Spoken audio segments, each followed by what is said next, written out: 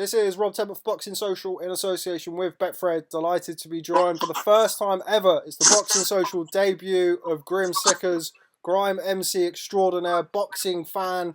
How are you, sir? I'm good, man. How are you, Rob? You alright? I'm very good, mate. Very good. Finally been able to do this. We've been trying to get this done for a little while now. Yeah, we did it. It's been a few weeks, but it is what it is. We're here. We made it in the end. So let's start off with music, because you are a musician. Anybody who's on Twitter, all of the boxing fans who follow all of the various accounts on Twitter would have seen you popping up with your various boxing themed grime tunes. Before we talk about boxing, let's start about your origins in music. When did you start doing music? How did you get into music? I started doing music about 2009. So I'm 30 years old now, so about 2009.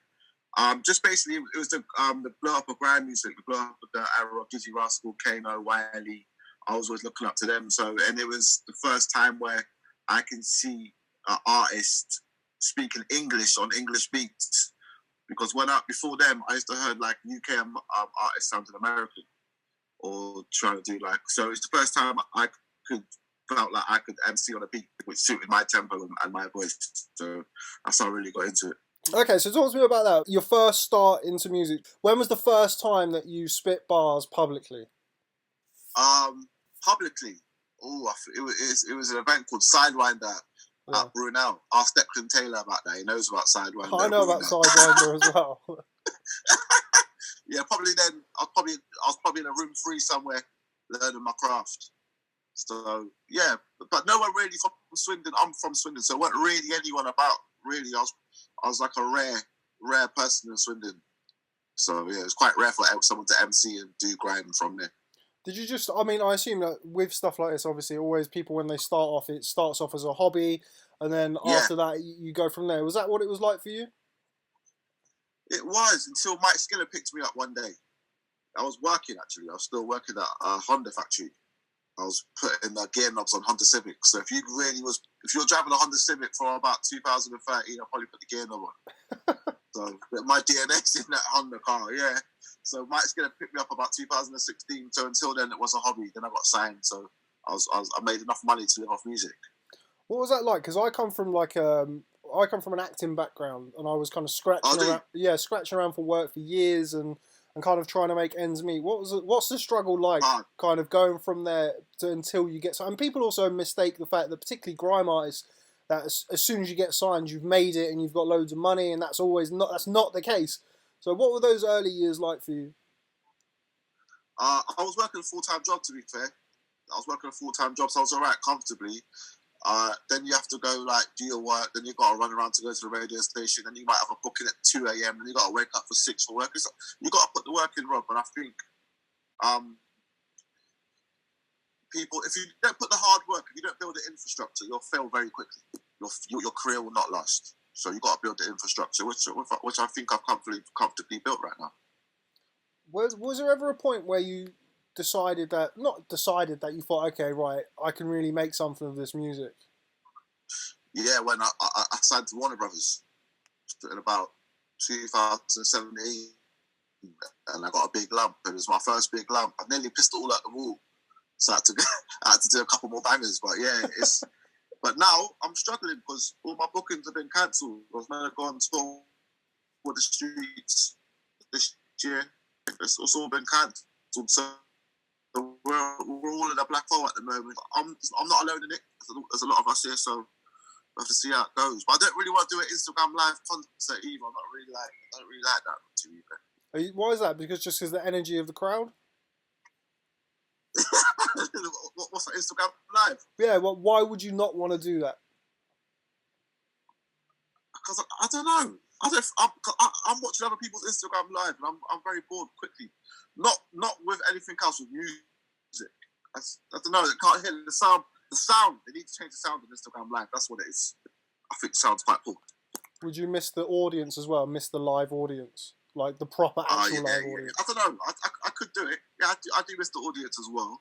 But I don't know. I've been watching a lot of people clash on the Instagram live, but it's the sound. It's the sound quality. I can't hear it properly. So way up the sound, we can do that. How long have you been a boxing fan? Listen, bro. This is the questions that I live off. I was a casual. The Ricky Hatton days, the Mayweather days, casual. I stayed up watching all the fights, but it wasn't until Tyson Fury had a fight with Klitschko. That's when I Dusseldorf. I remember, that's when I proper got into it, and I found out about other boxing sites on YouTube there. I didn't really know how to get into it, but since the outlets like yourself and other people, that's how I got into it, because I always struggled to what's that show on Sky Sports? Adam Smith and Johnny Nelson. What's that show they used to do? Ringside. Yeah, I used to live off for that. That's the only way I used to be able to get into boxing. So I reckon I would have got into it a lot more earlier. But the outlets for people like yourself, and that helps me to get into the sport, and like yours and Shane McGuigan's interviews, man. They're one of my favourites, to be fair. They're good. I'll let him know. I'm actually trying to get something done with Shane this week. The 45-minuters, yeah? When that's on, my dinner's ready, man. My dinner's ready. We go in. I like him, though. I think he's one of the best young trainers coming through. And he's got a good stable. I do like Shane.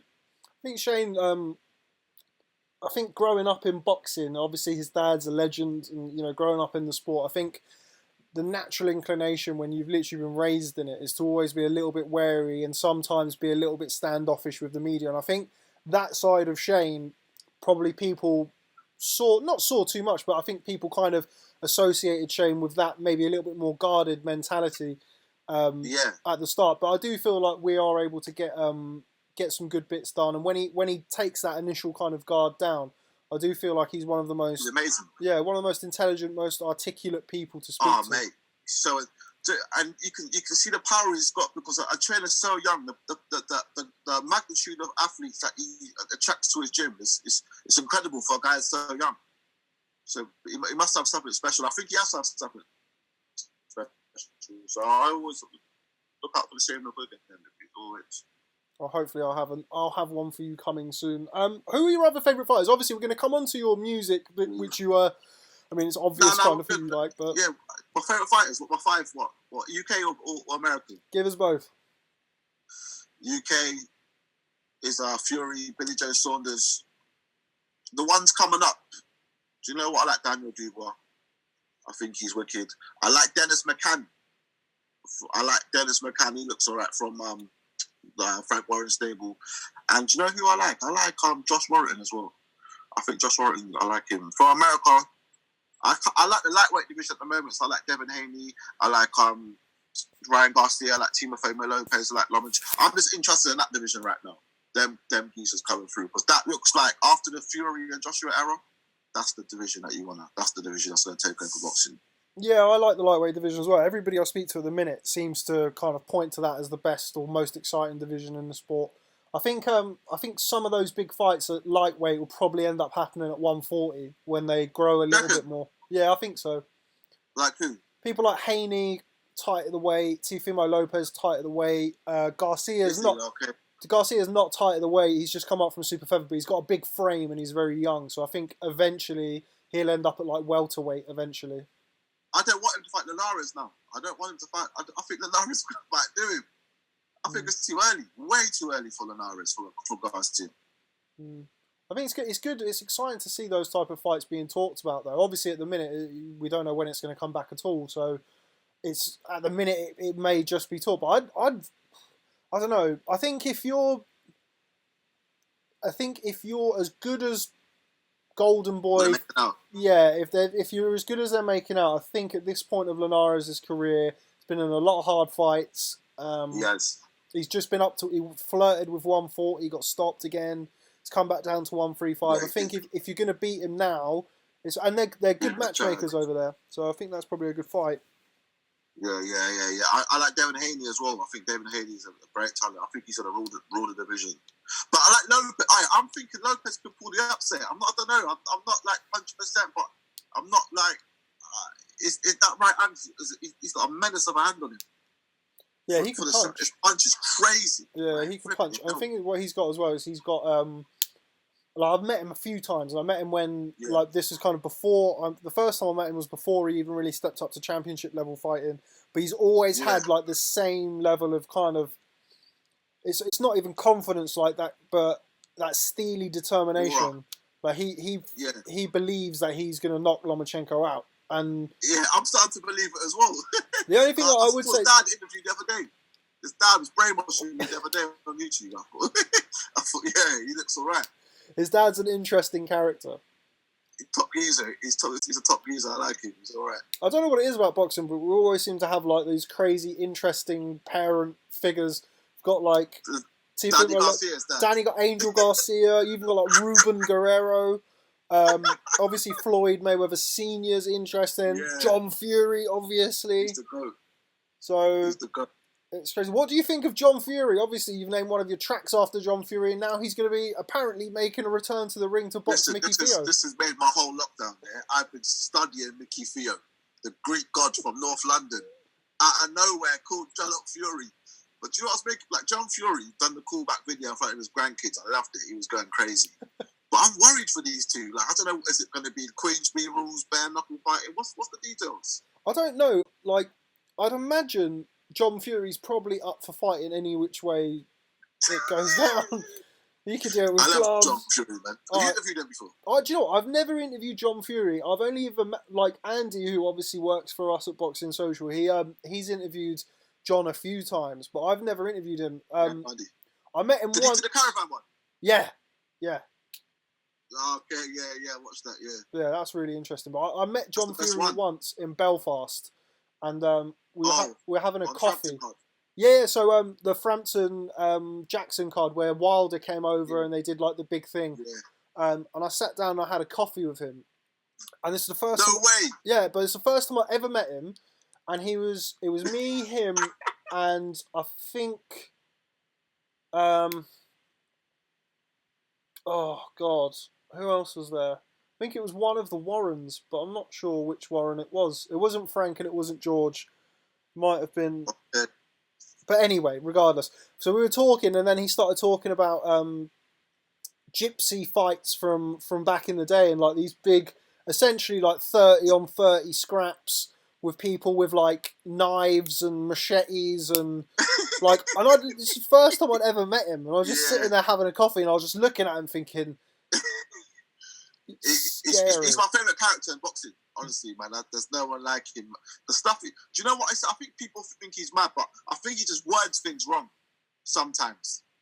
And I just think he's a hell of a character.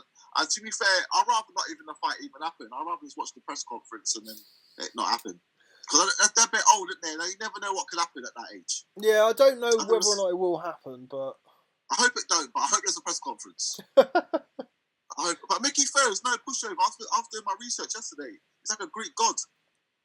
He's been about. But John is a fighting man. Fighting man, no man born from his mother. Yeah, that's the clean version of that. So you're a fan of Tyson Fury, you're a fan of Billy Joe Saunders, fan of Dennis McCann. Yeah. That's that kind of that. That style, yeah. That style, that outside. Do you know what? So Andy Lee said to me, I went to interview Andy in Ireland, and he said to me about that style of boxing, and I said to him, yeah, I said to him about Billy Joe versus Canelo, and it was the best breakdown I ever heard anybody talk about. Tell me, please, he said, I fancy Billy Joe to sort of gypsy him about a bit. Yeah. And that is literally perfect summation of that kind of style. I love Billy, man, but do you know what it is? Obviously, he had a few run-ins recently online and that, but I hope that don't affect him, the Canelo fight. But I heard Canelo signed Golovkin free, but I really think Billy should get the fight, man, because Billy stepped up to the plate. Obviously, we've seen him fight Andy D, I've seen him fight David Lemieux, but I think he's got even more in the tank. I think he can outbox Canelo all day long. But do you know what? I'm glad it's not on Cinco de Mayo. I'm so glad. Because, you know, like, you got to knock out Canelo for a draw on that day. It was got no chance of beating Canelo that day. In the ring, but the judges would never give it to him. So I'm glad it's not on that day if they do fight now. Yeah, I'm not really sure. I mean, like, as much as you can listen to kind of educated guesses from people at the minute, like, nobody knows. Like, nobody knows when boxing's coming back. Nobody knows what this means for what fights. Like, people... Next year, I reckon. I think maybe September, October time, maybe. But... Yeah, but it's not going to be... We got to build it back up. We all got to build it back up to where it was. Because it's not like on the forefront of anyone's mind at the moment, do you know what I mean? So if you've lost someone through this, not really don't we think about going to boxing in September. Then we want to be mixing with people at the moment. Do you know what I mean? So it's a backlog. I'm not sure what's going to happen. I think probably the way that it will go first is studio shows and shows behind closed doors. I think. But I don't think it should happen like that. Right, let's get this island that Dana White's got. Where's that island? Isn't it? Somebody said that it's off like the coast of America somewhere. Like, so it's like that's a genius idea. Why did Disney shut it down? That was genius. I think at the minute because they're in the peak of the pandemic, you can't justify really having doctors there who could be working on the coronavirus. I think that's kind of the thing. Yeah, but he announced another card today. Did you see it? Yeah, but it's just whether or not it happens. He can announce a lot of stuff. But yeah, he's got like. But who's paying for that? I saw that. It's like 15 fights. That's about 4 pay-per-views in one. He's a lunatic. I think he might get John Fury and Mickey Theo on there soon. Mate. That's where it's looking, mate. Which fight out of all of the fights that have been cancelled were you most looking forward to? I tell you the truth, Dubai and Joyce. That was supposed to be last weekend. That's crazy. I know, man. I know. Because I think people are writing off the Juggernaut a bit too much. If you're writing off the Juggernaut's been in there with a few people. He's second amateurs. He's sturdy. He's got a chin. He might not be as fast, but if he takes Dubai into deep waters, mate, anything can happen. People's writing off. Like, Dubai really beat anyone. Like, Nathan Gorman is good. It's good, but Nathan Gorman didn't box. Now, Nathan Gorman boxes usually that night. The night got to him. I was there that night, but Juggernaut can't be written off against Jones. And Sam Jones so confident as well. I do like Sam Jones, actually. I think Sam Jones speaks. They're quietly confident over there in that camp.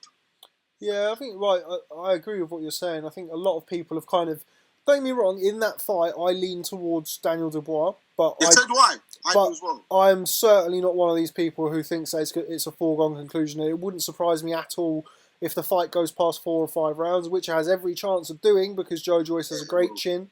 Joyce's CV is so much better, though, isn't it? Yeah, of course. I mean, he boxed. I don't know. He's not a world beater, but he boxed Ian Lewinson in his debut, and then after that, he's boxed Bryant Jennings. Is a very good win. Stavern. Yeah, Stavern. I mean, he's a version of Stavern, but yeah. I know. The Bryant Jennings fight was on the same night as Dubois Gorman, wasn't it?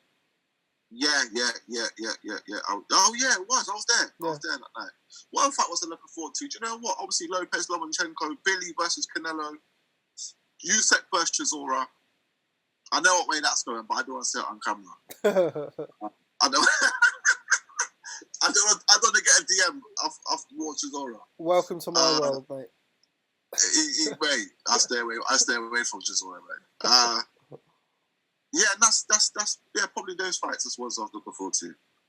I was supposed to be flying to Vegas tomorrow morning. No way. What for? I was supposed to be flying out for a new Was it tomorrow morning? Or was it? No. Yeah, no, tomorrow morning. I was supposed to be flying out for a new Casimiro first. Oh yeah, that's a serious fight, mate. Yeah. Or was it tomorrow? Casimiro can't be written off either. No, it's next week. I'm all over the place. But anyway, I was supposed to be flying out next week for a new Casimiro. Would have been the week before Canelo Billy Joe. So depressing, mate. And White Povetkin, I was looking forward to that as well.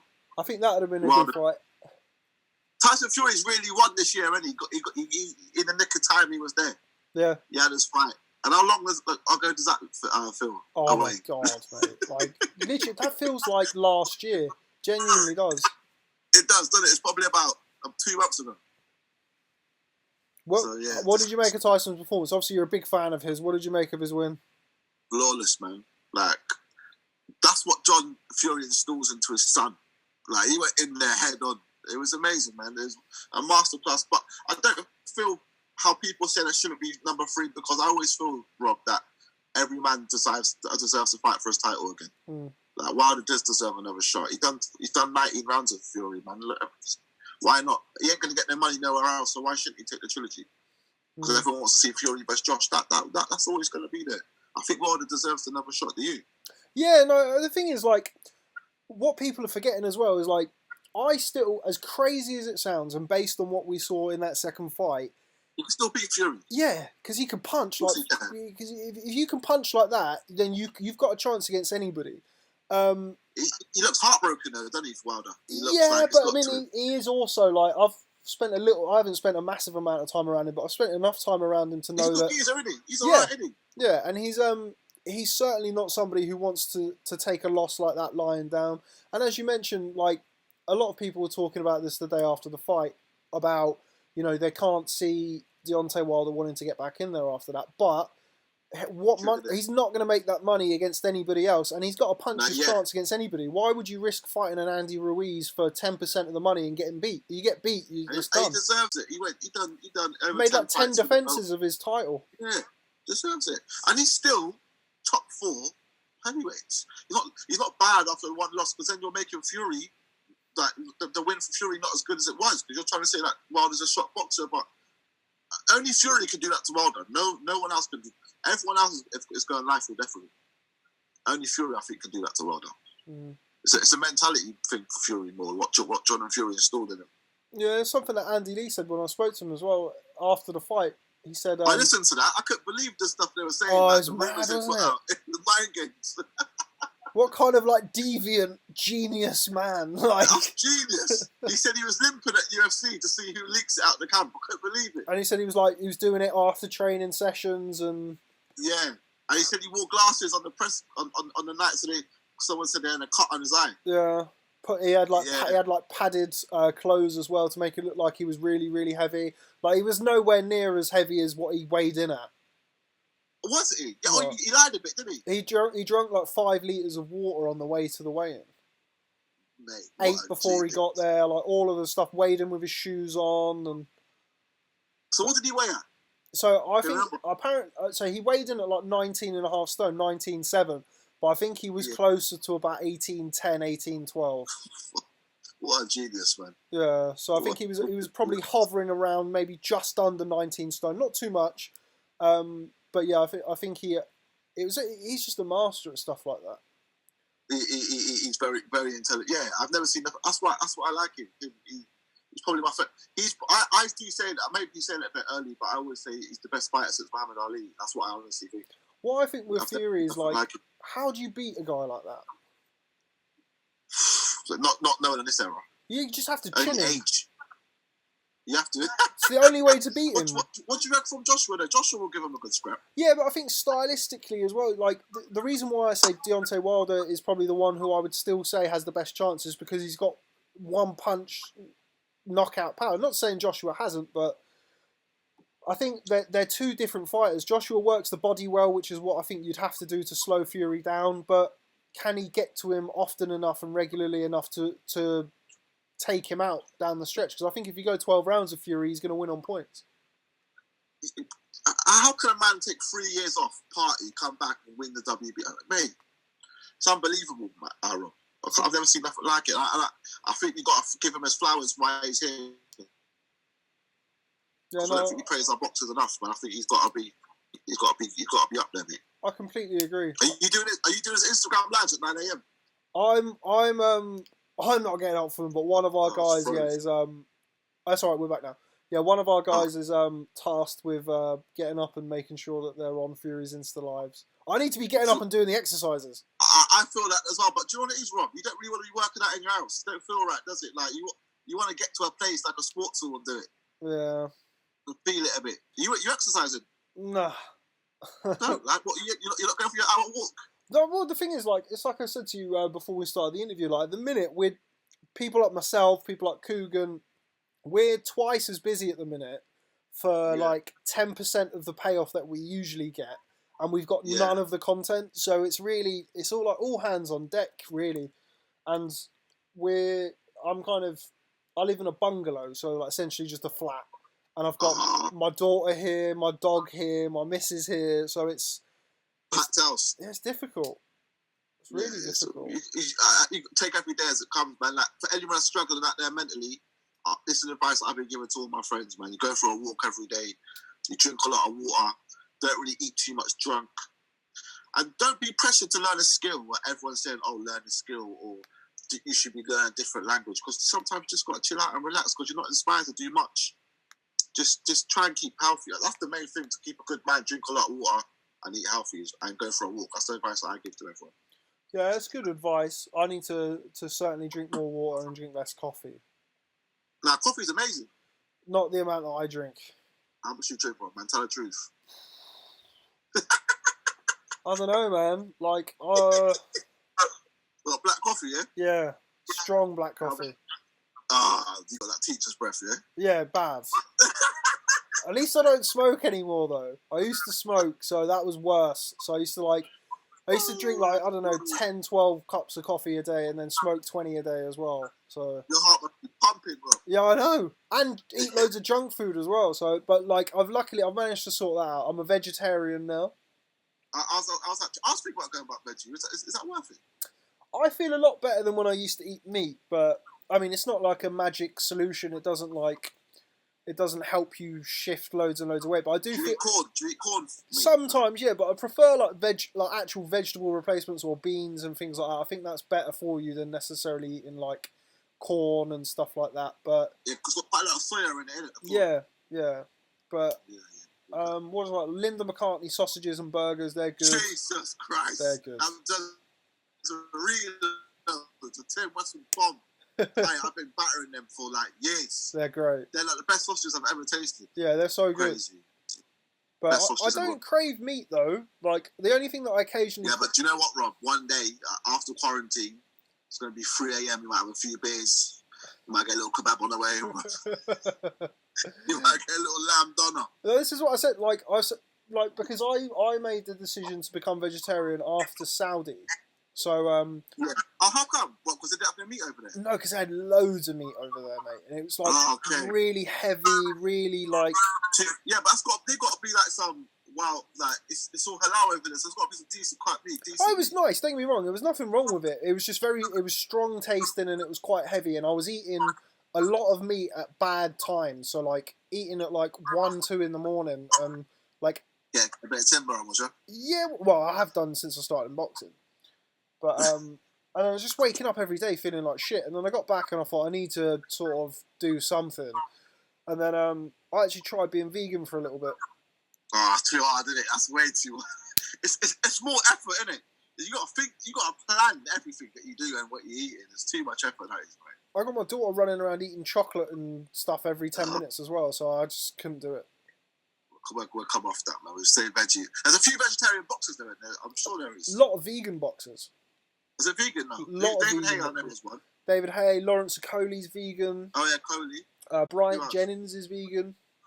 Brian Jennings, yeah, he's good. And I think I got a friend that I went to school with. He had a fight with Coley, Luke Watkins. Yeah, Luke the Duke. He's from school. Yeah, Luke the Duke. He's vegan as well. He had a fight with Coley. And do you know who else is from my hometown? Jamie Cox. Oh yeah. He's fighting on the undercard of Selby, which we don't know. He's back at middleweight, so that's a few boxers that come from my town. Well, he certainly needed to be back at middleweight. He's way too small to box at super middleweight. Flippy. Yeah, but he gave George Groves a good little runabout for a bit. First couple rounds, didn't he? I think George knew though in that fight. Pardon? I think George knew that he would just be too big for him in that fight. Way too big, man. Like, way too. Jamie used to box as a welterweight in amateur. I want Cox to give Eubank to go at middleweight. Who would you like to see Eubank fight on the world level? He's not world level. Oh, I should be saying. No, he's good. But who did he fight the other day on the Joshua, same class Joshua? He fought Matvey Korobov. He was getting beat. He was getting beat. That fight was always going to be difficult. He's with Roy Jones now. He's with Roy Jones. I see him doing a little. He's looking sharp. But you can have all the best trainers in the world, but how many styles are you going to grow at 28, 29? Groves put him in his place. I think Smith might beat him. I don't know, Eubank. I don't know who he can beat. Who's he calling out? Golovkin? Wants to fight Golovkin, yeah. Please, Eubank, please. I'll DM you now. Don't do that, please, bro. I don't know, because I think Golovkin's last fight with Derevianchenko, I think if Golovkin fights... Yeah, but Derevianchenko is a fucking world-class operator. Yeah, I get that. But we saw Golovkin get hurt, and I think he's started to get to the point now where you can hurt him, and if you stick it on him... Don't get me wrong, I'd still make him a favourite against Eubank, but I think that now he's slowed down enough that could be a really entertaining fight, really interesting. Yeah, but he beat Rolls though quite efficiently. Yeah, Rolls never really been near that level though. Rolls a good Oh, fighter, okay. like good. So I spoke to Darren Barker. Barker said that when he was training to fight Daniel Gill for the world title, he had Steve Rolls in as a sparring partner, and he said he was unbelievable. He said he was brilliant, but it's different doing it in sparring and different in the ring. Golovkin's one of my favourite fighters. I think he is slowing down, but Derenchenko, he's any same trainer as Lomachenko and Usyk. No. So Derevianchenko was with what's his name? Always getting confused. He was with the guy who used to train Danny Jacobs. Yeah. That's the one. So his name's escaping me. He's a big like when he could be a world champion. Definitely. He's definitely got enough left in the tank. But Golovkin, I don't want to see Golovkin and Canelo 3 anyway. I think Golovkin's 2-0 up in that anyway. I think he won both first 2 fights anyway. So I think Golovkin won the first fight. I thought Canelo won the second fight, but I think Canelo will stop him if they fight again. This theory then, Rob, yeah? If the first fight was a draw, the second fight was a draw. How about that theory? Oh yeah, 100%. But like, I think the first fight to me, I had it 7-5 for Golovkin, but a good 7-5. Easy, like a good 7-5, yeah. not like could have been 8-4 or something. Yeah. It was more an 8-4 than a 6-6. Like that kind of 7-5. But the rematch, I was really impressed with Canelo. I thought Canelo boxed brilliant. Oh, mate, his body punches flipping hell. The fact that he stays in the pocket. Forward. Yeah, he was. But I think Golovkin's got the best chin in boxing. Best chin I've ever seen in my life. That body though, that's softening up now. I think. It's true. That's what I think. I think if Canelo boxes Golovkin, whenever it's gonna be a big fight. He might knock him out, innit? I think he'll stop him. It's a shame because Golovkin, I don't want him to get stopped in his career, but he might if he fights Canelo. Yeah, I just think it's a lot of miles in the a lot of miles on the clock now. 350 amateur fights. Licks. Take a punch to give a punch his whole career. Can't do that forever. Yeah, it slows you down. What 5 fights would you want to see? What fights do you want to see after lockdown? All right, let's go. I think everyone should scrap their flipping the little warm-up fights. I don't want to see no like warm-ups. You can get in there. I want to see Callum Johnson versus Anthony Yarde, light heavy. Is that his name, Callum Johnson? Yep. Yeah, I want to see Callum Johnson versus Anthony Yarde at light heavy. See where they are. Anthony Yarde, see if you're there or not. I want to see Warrington versus Shakur Stevenson, but not at Ellen Road. Shakur Stevenson, if you're watching this, don't go Ellen Road, bro. Please, bro. You get robbed. If you win, they'll rob you clean, bro. Lucas Raleigh will be walking in after you lift up the belt. You wouldn't know what's going on there with it. Number 3, I want to see Galahad versus Warrington as well. Because I think Galahad got robbed that night as well. Did he snatch the title off Warrington? No, he didn't. But did he win? Yes. Did the Kaiser Chiefs come on after? Yeah, they did. So let's not go Ellen Road after that either. But I like Leeds, but I hope you go to the Premiership as well. But you should go to the Premiership. What other fighters do I want to see? I want to see Billy Joe versus Golovkin. And I want to see, let me throw a little curveball in there. I want to see Craig Richardson versus Shakan Pitters. Yeah, because Pitters has been there a lot of talking. And I like Shakan Pitters, but really, you've only really won that Ultimate Boxer. And Richards, Spider, he's a decent geezer. So I want to see that fight as well. Some interesting ones there. I like that. Some various different levels. I'm an obscure geezer. I learn from your channels who I like. Like, my favourite person to watch probably Tony Bellew. I love a Tony Bellew. So I'll be watching the SAS just for Tony Bellew. He's one of my favourite geezers. Tony Bellew. God. It's crazy to think that he's retired now, like 18 months ago. Mate, listen, I will never rewatch that Usyk fight in my life. Watched it once. I don't want to see Tony Bellew get knocked out. But do you know what? Bless Tony Bellew, because he's knocked out trying to get my cut turn the referee's okay. Trying to get up. I've never seen no one fight like Bellew before, man. Fuck, you know. How do you think Usyk will get on at heavyweight? To be fair, he's going to give Chisora a bad day. Like, I don't care if Chisora lands on him on the first punch, mate. I think Usyk is I can tell. I know Bellew's ringing up Chisora begging him not to fight him. I know that's going on. But Usyk, yeah, I think Usyk he's the next world champion. Is he too small? You say he's too small, but how small was Mike Tyson? I think Usyk's the next world champion, yeah. After, like, Fury. If it changes bouts, if Fury apart from Fury, Joshua, and Wilder, the next world champions, Usyk. Try and work out kind of when he might get his shot and how it might play out. He's a WBO mandatory, isn't he? Yes, but I think it's probably going to go like, again. This is all kind of hypothetics because we're not. There's no boxing on, but it would probably go like Wilder Fury 3. Let's say for argument's sake, Fury wins that. Joshua Pulev, for argument's sake, Joshua wins that. Then it's whether or not they do the Undisputed. If they don't do the Undisputed, somebody's going to have to defend the WBO. Yes, it's going to be Usyk. Yeah, Usyk versus Joshua, I think, is a really interesting fight. Joshua, yeah, man. I love Joshua. I don't want to see Joshua lose again. I never want to see him lose again. But I would try and avoid Usyk right now. Usyk's so scary, man. And I need him to speak English. Usyk, learn English, bro. Flipping hell, bro. He knows a little bit. Translator being next to you every day because he's so funny. He knows a little bit. There's a character in there, huh? He knows a little bit. Just a little bit. Bro, he needs to learn more because when he learns English, bro, he's a problem. He's the funniest geek. I could just tell. Like, I watched that little his mate next to him translating, but takes the fun out of it. But he's funny, man. Usyk's very funny. Yeah, he is. He's cool. I did an interview with him in Manchester the week that he boxed Bellew, and he does know a little bit more than he lets on. Oh, okay. But yeah, interesting fella. Who's the best fighter in the world, do you think? Does he? Should we take out Tyson Fury? You can have Tyson Fury. Nah, I keep picking up Tyson Fury. Errol Spence for me. Errol Spence, the best fighter in the world. Errol Spence will beat Terence. People say Terence. Well, not Lomachenko. Do you know? Like, I'm an underdog guy, Rob. You know what I'm saying? I know Lomachenko's the best, but Terence Crawford versus Errol Spence. I'm going for Errol Spence, bro. Why? Listen, Cal Brook is gonna beat Crawford. That's what I'm saying. That's what I need. That's the headline, bro. Cal Brook is gonna beat Terence Crawford, bro. I promise you, bro. I'm screaming that. I'll go to Ingle Gym now and chat to Dom and Rock Caliber today and talk tactics if we need to. I promise you, Cal Brook. What makes you so confident? Because Cal Brook, it's just Crawford, Terence Crawford, tell the truth. Did you get dropped in your last fight or not?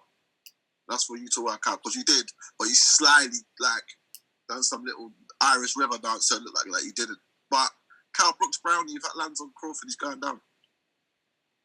What makes you think Spence beats Crawford?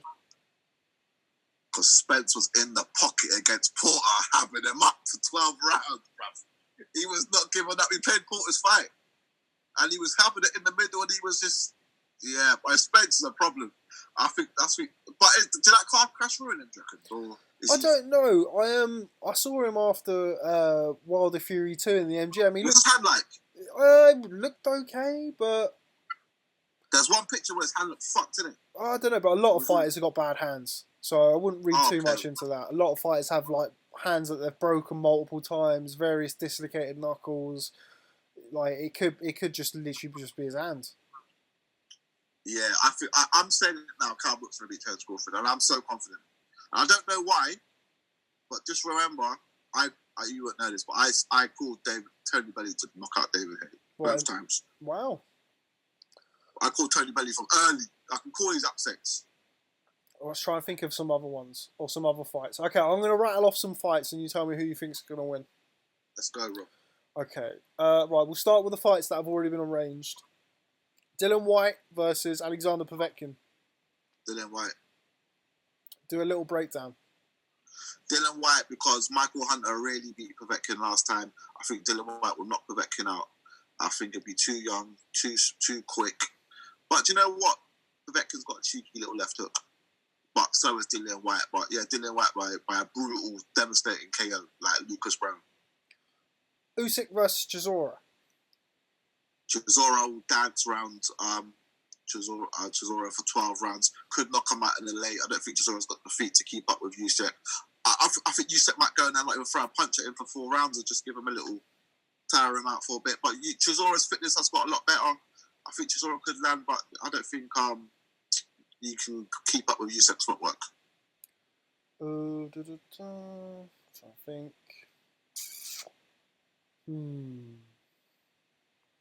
fights that have been arranged and that have been pushed back. I'm trying to think of some of the lesser obvious ones. Obviously, there's Yeah. the We main can go. I can go all the way down to Southern area, Rob. We're good. I'm trying to think what was arranged. Okay, this hadn't been arranged, but Dmitry Bivol versus Artur Beterbiev. Oh my God, that's a God fight. But I think Bertie, how do I pronounce his name again? Beterbiev. Beterbiev is punching too crazy, man. I don't think Bivol can last the test of time. But big up Callum Johnson, because when he fought him, he had him. They didn't know he had him, but I think he's got the hardest punch at that like no one can firm that punch ever. As soon as he lands, Bivol's going down. Anthony Yarde versus Joshua Buatsi. Bloody hell, man. You're trying to get me blocked on Twitter, Rob. I don't know how good Buatsi is, because he had a fight with what's the geezer called that does UFC, not UFC. Ryan Ford. Player or something. Ryan Ford. Yeah, he struggled against him a bit. Got caught in the pocket a bit. And Buatsi, I think Eddie Hearn slowed him down for a reason. Like he was on white yellow world title shot or even eliminator. Or as a reason why I don't think he was as ready as we thought he was. But today, on experience, I'll say Anthony Yarde. Okay. Next fight. Okay, Lomachenko, Teofimo Lopez. I know you said you'd give him a chance, but do you think he will win? Lopez by right hand knockout. Wow. No, I'm joking. I'm thinking that's my gut's telling me to say that, but Lomachenko masterclass. Other fights. We've done Spence Crawford. I'm not gonna ask you Tyson Fury Wilder. I'm not gonna ask you Billy Joe Canelo.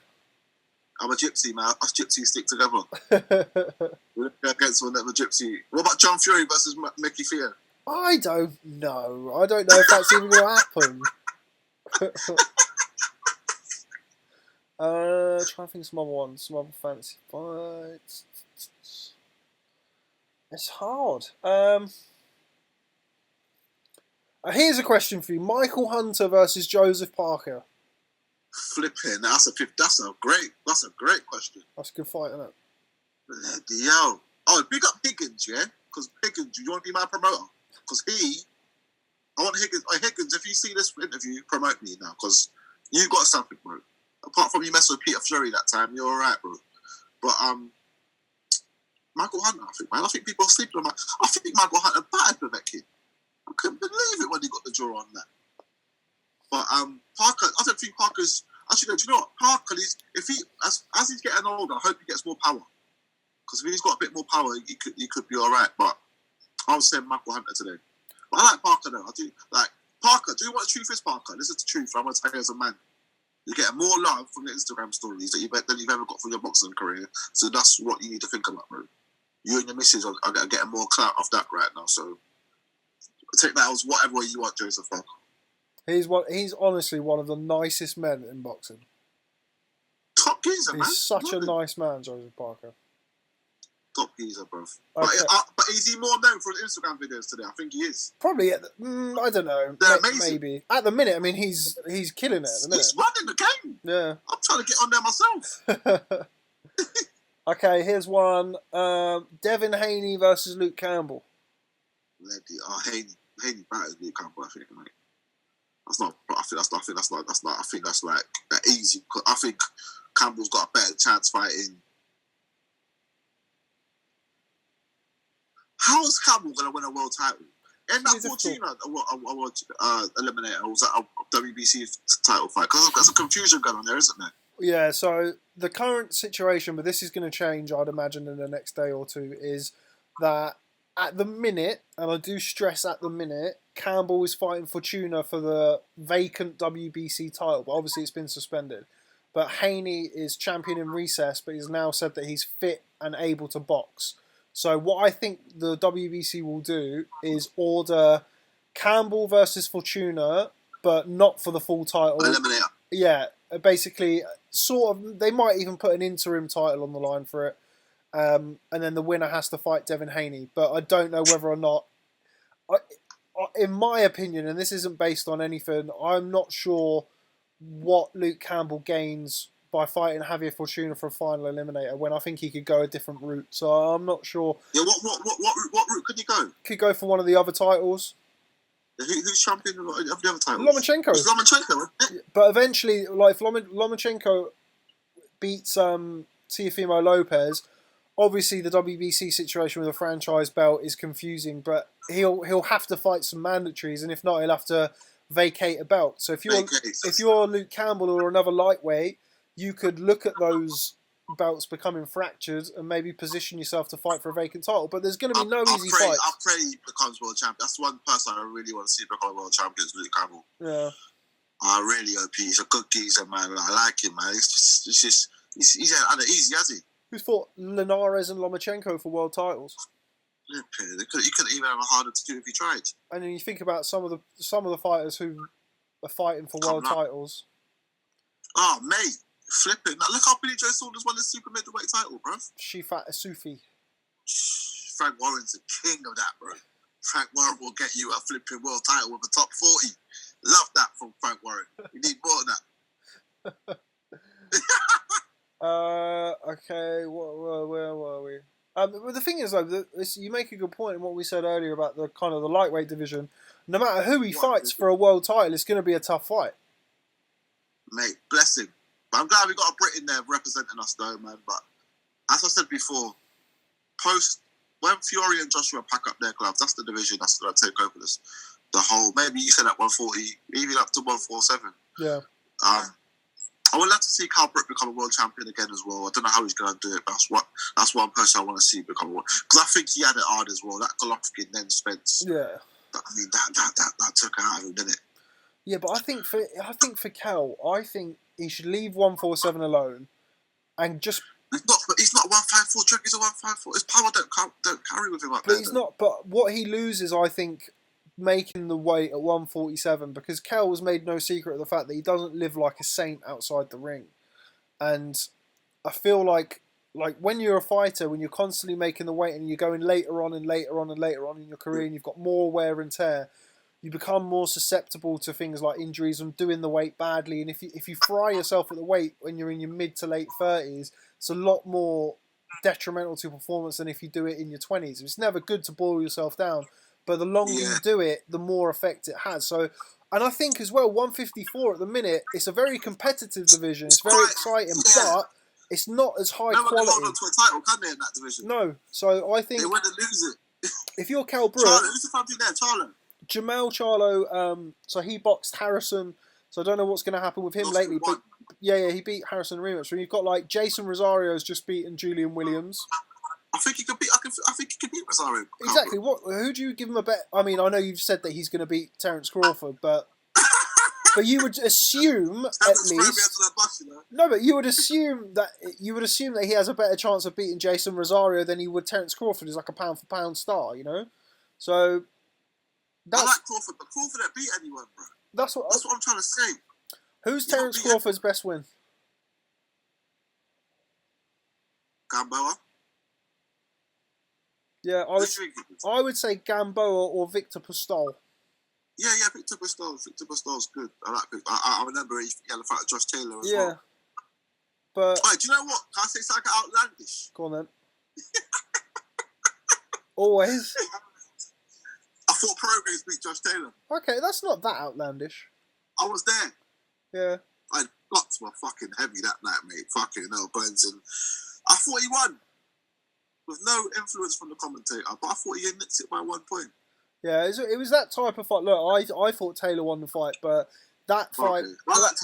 That fight was a close fight, so I don't think that's... I feel like I'm one of the few people that think that. Right? Yeah, I think you're probably in the minority for sure, but yeah, I think it was a good enough and close enough fight that it's not the worst call in the world. I disagree, but it's not the worst call in the world. I like Taylor. I want to see him fight Mikey Garcia at 140. That's what I want to see, actually. That'd be a good fight. I don't know why Mikey's insistent on fighting at 147. Mikey, it's just a message from Stickers to you. Come back down, bro. Come back down, please. But we don't want to see you up there. Come back down to 140, have a fight with Josh Taylor. I've got a couple fights, go fight Progress. A couple fights there for him now. But I think he just wants... It's about legacy for him now. And he's really ruined that against Spence. Yeah, but losing to the best, arguably the best guy in the division, or the consensus best guy in the division. You know, that's not the end of the world. And I think like he wants that fifth world title in fifth weight class. He started at featherweight, man, Mikey. I know, bless him. I know. I think him against Manny Pacquiao at 147 is a good fight. Because Manny's naturally smaller. I heard yesterday that Pacquiao's fighting Crawford. Is it Crawford? Is it Spence? I don't know. Well, he's with PBC still, so I would imagine it would be Spence if and when that happens. But who knows?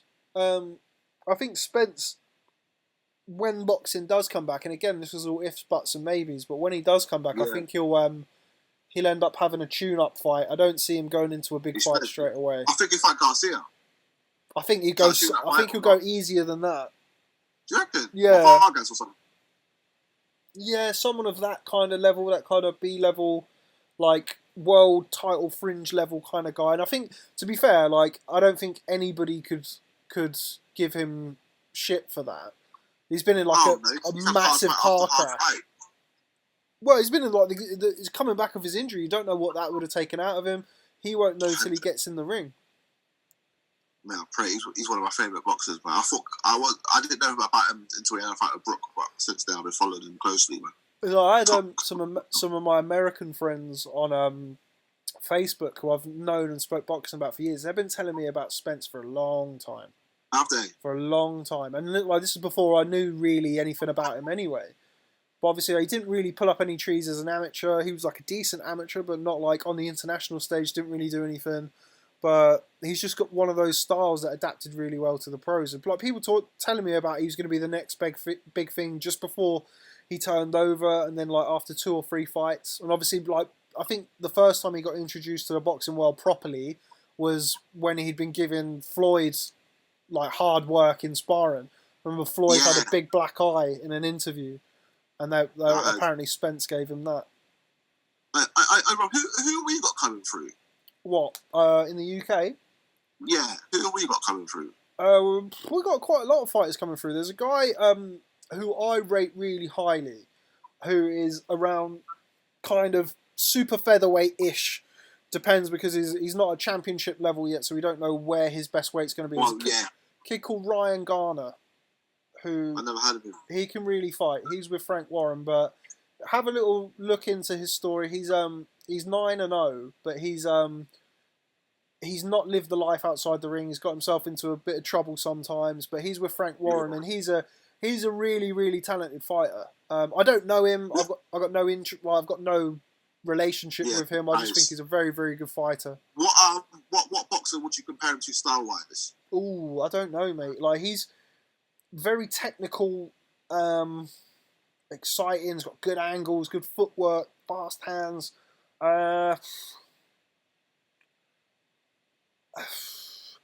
Okay, right, style-wise, and this is not me comparing him to them and saying that he's in the same sort of breath as them, but he has got a little bit of that, like, Eastern Bloc, Lomachenko type style, like angles, head movement, pivoting in and out and stuff. Like, he puts his shots together nicely.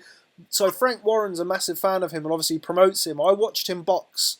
I was sat, just me and Frank. This was after Anthony Yard boxed Tony Avalant at York Hall. So Ryan Garner came on afterwards as the live float.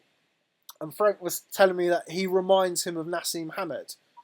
Wicked. So that kind of like unorthodox base. And Frank's not really the type to, don't get me wrong, he's a promoter, but there's nobody there. So there's nothing for him to spin.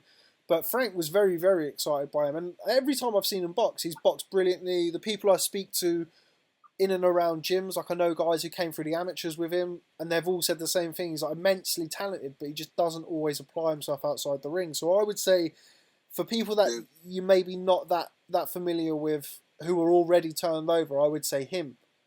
So he's a very, very, very talented fighter. The reason I asked you that question is because after this era we got right now, it's a sport going back to America. Because I hope it don't. Because who we got to come through and do the Wembley 90,000 and the big O2 nights. So after this era, who have we got really? It's difficult. I mean, like particularly what we have to realise. What we have to realise with the 90,000 at Wembley stuff, that is very much a kind of one off. Yeah. It's not every day that you get like a. I mean, you need one of two things for something like that. You need a superstar like Anthony Joshua, or you need a narrative that captures a nation like a Frochgroves too. They're not things that come around every year or every 6 months. So yeah, but I'm just trying to see who's the next pay-per-view stars. I'm just trying to. Daniel They Dubois. might be wrong. I don't know who it is. Daniel Dubois. Yeah, Daniel Dubois. Anthony Yard, but he's a bit older though, isn't he? Yeah, Dubois is like 21, 22. Like he's not Conor McGregor on the microphone, but he can fight and he can knock people out. Yeah. And he's with, in my opinion, the best promoter in the world for cultivating young talent. I think for cultivating young talent and bringing young talent through, Frank Warren is right up there. If you look at the, he's got the casuals might not know, but the hardcores like ourselves, we know he's got a great stable. Sonny Edwards. He's just got a brilliant track record of bringing fighters through from the debut, from the grassroots upwards, not the grassroots, from the ground floor upwards, and bringing them through. If you look at the fighters that he's had over the years, Frank knows what he's doing, how to build a fighter. Yeah, so in my opinion, Dubois in a good place. I think I'll tell you what. I think Liam Williams beats Andrade. I think that. Thank you. We got one. I think that, and not a lot of people agree. I think that. I do. Liam Williams is a scary man. Scary man. And he can fight. He can really fight. And I'm going to put this out there, I'm not as blown away by Andrade as seemingly everybody else is. He's quite sick though. He's got no power there, has he? Look, Billy Saunders would have battered him. I think the time out of the ring that Andrade had, I think affected him. When he was boxing regularly and he was active at 154 before he had his layoff, I think the version of him that came back at 154 then at 160 was never as good as the version beforehand. Yeah. I think and he's been now, don't be wrong, not for any fault of his own, he hasn't been able to get the big names in the ring, but the fights that he has had, they've all been against kind of flat-footed guys that make him look good, you know, like a Selechki, he boxed Luke Keeler, like, these are guys that, you know, stylistically, they're there for you to look good, so, you know, they're playing very nicely to his style. I think against the Canelo or somebody of that level, I think Andrade would be a big underdog. Yeah, definitely. But I think Billy would have battered him, mate. Easy. That'd have been a good fight. To be fair, they've got the same sort of style. It wouldn't have. It would have been a good fight for the purists. Yeah, it would have been quite boring, wouldn't it? My granddad used to say to me, the only thing worse than one southpaw being in the ring is two southpaws being in the ring. I'm gonna tweet that later. Bro. Watch out for that on the timeline. Yeah, that would have been an interesting fight. I want to see what happens with Callum Smith as well. I feel sorry for Callum Smith, you know. I feel sorry for him, man. You unify the division, not unify, but you win the gold at the ring magazine. But no one wants to fight the geezer. He had Anfield in May. That's what happened. He can't get a big fight to save his life. Yeah, I think, and like, he's too big, isn't he? You're scared of him. And he don't sell tickets, so you don't really gain much from fighting Callum Smith, bro. You know what I'm saying? Him against somebody like a Benavidez would be a great fight. Him and Benavidez, two giants, 168 pounds. Do you know what the truth is, Rob? He knows in his head that Ryan beat him that day. He knows. He give Ryan a rematch, Smith. That's what I want to see. Yeah, I think that's not going to go away. I don't think unless that's his only option right now. You know, that's one of his only options. Honestly, you've got to give Ryder a rematch. Ryder was fucking bullying him. I couldn't believe what I see in that fight, bro. Yeah, he boxed really well, John Ryder, that night. Really, really well. He's tough, Ryder, isn't he? I like Ryder, man. He's tough. If you look at Ryder's record as well, the fights that he's lost, I mean, he lost to Billy Joe when him and Billy Joe were both unbeaten, and that was a close fight. That was close. That was a very close fight. Obviously, he's had his instances where he's underperformed. I thought he underperformed massively in the Rocky Fielding fight, and a lot of people still had him edging that. So, yeah, one or two results, if they would have gone his way, John Ryder. He beat my mate Jamie Cox as well. Yeah. He's he could have I don't know what happened with Jamie Cox that night. He didn't really. Yeah, but it looked to me as if he was just a little bit. I don't know. It didn't seem like he was quite there properly. That fight. Something about that should have been closer to what it was, wouldn't it? He blew him out. Like, would he go in the second round or something? It was early. I remember. think it's first. Might have been first. Yeah, it was early. I remember that. I can't remember exactly what round, but yeah, no, John Ryder's, and I think he's an exciting fighter as well. I think if he gets into it, I watched him knock out a guy Patrick Nielsen on the Groves, the Groves Jamie Cox undercard, and he knocked out Patrick Nielsen. He was the B side, so Patrick Nielsen was promoted by the Sowlands, who obviously run the event, and Ryder went in there as the B side and knocked him out, savage knockout, and that was that was like the start of his rebirth a little bit, really. Yeah. I like Ryder. I want to see Ryder Smith too, man. The streets need that, bro. Yeah, I think to be fair, unless Callum Smith moves up to light heavyweight, which he could do. These two, man, fuck me. Yeah. I know he's killing himself to make that way. The problem is they're all straight killers at 175 pounds. They're all Eastern European. None of them speak any English, really. Benavidez and Bivol on that lot. Benavidez Benavidez still at 168, but Bivol, Beterbiev, Vozdic. Oh yeah. That's all. Yeah. Yeah, they're all Eastern Bloc, like stone cold killers, and like the only. Yeah. But you know what? He's got enough money though. But I know he wants to fight a bit more, Smith. But he's done well, man. He's got he's nothing to be ashamed of, man. He's done amazingly, man. Maybe him versus Eubank at 168. Oh, mate, Eubanks don't want that, mate. Eubanks will talk like he wants it, but he won't take that fight. I think Eubank versus Jamal Charlo is an interesting fight. That's a good fight. That's a 50-50 now. I like Jamal Charlo. I like. Did he tell you to fuck off or something? Yeah. No way, man. How do you take that, Rob? Take that? So the thing is it's straight after the fight, and Deontay Wilder's his friend, and he's obviously pissed, and he was walking through the MGM Grand, and he was just on one, and I literally was like, can I get quick reaction? And yeah, he just wasn't happy. But you know what? I don't mind that. Like, my favourite fighter is James Toney. James Toney is like a fucking badass. You know what I mean? Like, and that's, and that kind of, like, with both of the Charlos, that's what like appeals to me about them, is that they don't give a fuck, and that's really, I really don't mind that. I really don't mind. You have to have thick skin to do my job anyway. There's plenty of people who are rude to me. It's fine. Oh, you're sick, bro. I like you still. You're sick. So what's the plans for you? Nah. In general? I'm trying to flipping get a booking, bro. I'm going to have to come work for Boxing Social, bro. Right now, I'm just in my house twiddling. You're welcome to. No bookings, bro. Nothing, mate. Got to stand still. People just doing Instagram lives every day, struggling for content. But I'm not really rushing my art and trying to rush my work in just because of this, but I'm just seeing where it goes. Hopefully by end of May, yeah? Is that what you're thinking? No idea, really. I like what you're saying about don't rush your art though. Like when the lockdown happened, I did an Insta Live and I did like 15 interviews back to back because I was just so hyper and like, we got to get stuff done, we got to do this, got to do that. Too much, isn't it? And every interview was just the same, and it was just shit, really. So that's why I'm doing a live today with Kez Ashfaq, but I'm only doing kind of one at a time from now on, because I just don't feel like you actually. It's just fast food. Do you know what I mean? It's just straight in, straight out. Have you heard that all right, though? Yeah, but like it's different when you're Eddie, and you've got he only does like 5 or 6, and they all want to talk to him, and it's a bit different. 10 minutes. Yeah. He's on Radio 1 tomorrow doing a mix. You know that? Oh, is he? 10:40 in the morning, lock in. Yeah, he's doing a mix. He's the biggest boxer in the world. He is, Eddie. Yeah. He's 10:40 tomorrow in the morning. He's doing a live mix. Oh, I didn't know that. Really? Yeah. Honestly, man, let's see it from come on in. God. Breakfast show. But yeah, don't rush your art. I'll leave it on this. I don't rush your art because, to be fair, no one's really consuming anything really much. Have your views gone down? In my massively. Have they? Yeah, mine have as well. There's nothing to really worry about. We just got to stick tight and wait you over, man. Like everyone, this is a gap year.